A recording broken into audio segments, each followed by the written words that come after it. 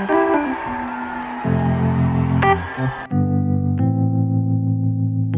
mean, we got a quarterback. Wow. Defense needs to play better. We need better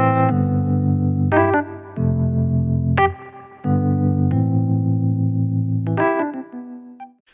Hello, everyone. Thanks for tuning into the Bear Zone podcast. I'm your host, Josh Dennison, bringing you the most latest up-to-date Bears news. So please tune in, like, comment, subscribe, and hit that bell notification. A preview matchup of the Eagles and the Bears.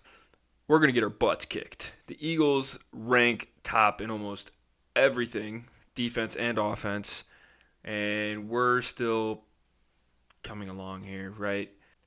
Fun fact for you, Bears have never beat Eagles at home since 2011. So, high hopes for us going into this game, right? I don't see that streak getting beat. I don't see us winning this game at all. The Eagles are a great team. Jalen Hurts is a MVP candidate, and you don't even need Jalen Hurts on that team. Some people even argue, Chris Sims, for example, was saying that you could put any quarterback on that team and they're going to do well. If you get an even better quarterback than Jalen Hurts on that team, they would be even better. But I don't think that should be a knock on Jalen Hurts. I think Jalen Hurts has actually had a pretty good season. He's in the MVP conversation. A lot of people are saying that he's not, or he shouldn't be MVP due to all the weapons that he has around him, with the offensive line being the best offensive line in the NFL and having A.J. Brown and all that stuff. But he still has to make the throws and the runs. So going into this game, the Eagles are 12-1, and the Bears are 3-10. Eagles have the best offensive line in the NFL. Bears have probably the worst defensive line in the NFL. So I guess I don't really know what I'm trying to see from that, to be honest with you. If we could get some pressure, that'd be nice. I'd imagine they're going to do some blitzing. Because that offensive line is going to hold up pretty well against our pass rush, since we don't have any. I mean, literally, we rank last in sacks on defense, where the Eagles rank first. Eagles have 49 sacks this season, and we have 16. So, yeah, it's looking really good for us there. I think they're going to pass the ball more in this game, the Bears. But I don't know if this is going to turn out well for us.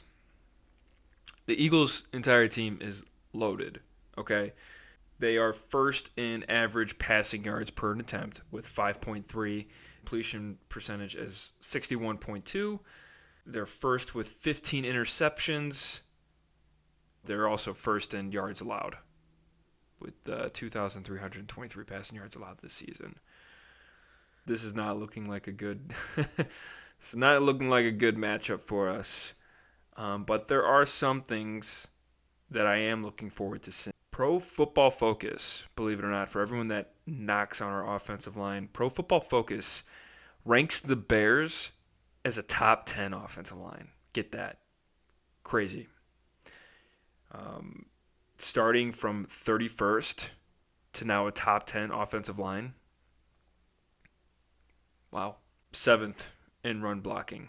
And according to team rankings, the Bears, over the past 3 games, have allowed 2 sacks on average, which is 5th best. So it's kind of like a weird spot that we're in, right? Because our team is still progressively coming together, the team and everything.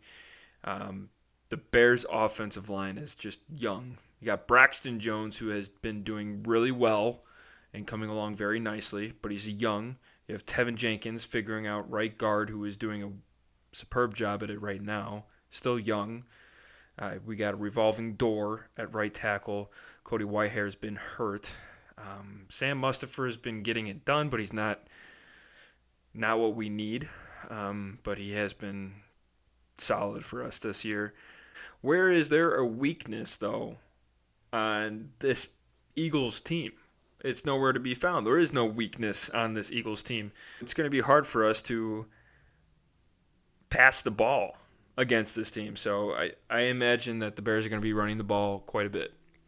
18th in rushing yards allowed this season with 1,538. And we're first in rushing yards this season. They give up about 4.7 yards per carry. That's tied with the Bears defense. I imagine that we're going to be running the ball a lot in this game. Some things to look out for. Justin Fields will be playing this game. Earlier in the week, he had an illness. It looks like it's nothing serious, so he will be playing this game. Finally, but we are going against one of the more talented teams in the NFL. So this will give us a good idea of where we actually are with the offensive line and going against premier talent in the NFL. So I'm looking out for like Braxton Jones. I want to see how well he's going to do at left tackle against, like I said, more premier talent. Tevin Jenkins, I'm going to see how well is he going to hold up. I know he's got a back injury a little bit, but we're going to see how well he holds up. Alex Leatherwood, I really am looking forward to seeing Alex Leatherwood in there. They said they are going to be switching Riley Reiff and Leatherwood in and out of right tackles. We're not going to be able to see Claypool play. He is still dealing with that knee that he hurt 2 weeks ago. So before the bye against Green Bay, he on a pass Justin Fields threw over the middle of the field, tweaked his knee, went out, came back in, and then checked him out. And I guess his knee's still bothering him, which that's something we need to see develop. We need to see that chemistry between Claypool and Fields, because it looks like this team doesn't want to give up, which I am okay with. At the same time, I would like to have a better draft pick, but if we win, we beat the Eagles, that's fine. I don't care. I mean, we could lose and still play well too. But I'm intrigued. Justin Fields wants to win. You can tell his confidence is a lot higher. Speaking in the press this week, he was talking about how bad they were at the beginning of the season to how much better they are now, and that's just Justin Fields developing as a quarterback, growing his confidence, and then the offense growing their confidence together, becoming a better team. So I only see everything going up from here till the end of the season, but playing better talent, that's what I really got my eye on, how well everybody else kind of matches up on this team against the better talent. So Braxton Jones, Kyler Gordon I'm looking out for. I want to see how well he does. Finally getting him back, and Brisker, Sanborn, Robinson. I'm going to watch the defensive line, but who knows what to expect with them at this point. They can't really apply pressure, so it is what it is with that. Some other facts that I have for you regarding Jalen Hurts. He has 32 total touchdowns on the season. That is second best in the NFL. He is also 74% from the inside of the pocket completion percentage. So that is best in the NFL. But they also have the best offensive line. But, you still have to make the pass. Justin Fields, on the other hand, has 21 total touchdowns. And remember, they didn't start figuring things out until they played the Patriots, which was like 5 games into the season. Who's to say that he couldn't have had 30 total touchdowns if we would have started the season this way? Just something to think about there. I'm not expecting us to win this game. It'd be nice to see, how much of a fight that the Bears can put up against the Eagles. If we win, that's even better for the Bears' confidence and the culture of the locker room and all that stuff of this team. But it seems like they are fighting for Matt Eberflus. So I like the way that things are going here. Final score of the game, prediction. I have the Bears scoring 24 points, and I have the Eagles scoring 38 points. I just don't think we're going to come close to beating them at all. This is the best team in the NFL, playing probably one of the worst teams in the NFL. Hopefully we can pull out something out of the magic hat. That'd be kind of nice, right? I got some predictions that might not happen, but, I think will happen. Justin Fields will go over 1,000 yards on the season in this game, and the Bears will run the ball more in this game than they will pass the ball to try and open up the pass. I still think they're going to try and pass the ball more than they have been when they run the ball. I just think they're going to put a big emphasis on the run, play off the run as a play action, kind of like what we've been doing throughout the season, but just more passing. I still think they're going to give Fields, like when he scrambles, I think they're going to try and eliminate that, try to make him pass the ball a little bit more. So, like, on those attempts when he runs, I'd say like 5 or 7 of them turn into passes.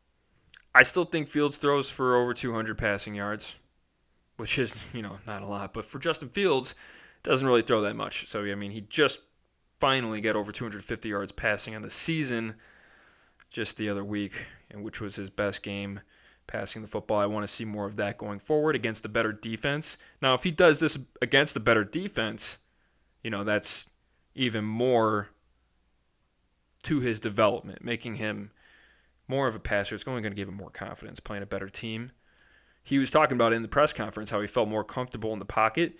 He didn't know how to explain it. He just said he felt more comfortable, which is really just him gaining more confidence, knowing that that player is going to be there, this player is going to be here, I'm going to throw it here. That's all it really is. It's him being confident and knowing it. Even though he said it wasn't being confident, it's 100% him being more confident and knowing what to do.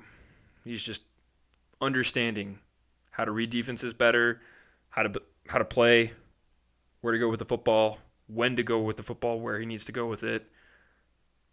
So, very promising stuff. I am going to be watching this game to make sure, we are trending in the right direction. Thanks for tuning into the Bear Zone podcast. I'm your host, Josh Dennison. Let's hopefully get a W this Sunday. Bear down, Bear Zone.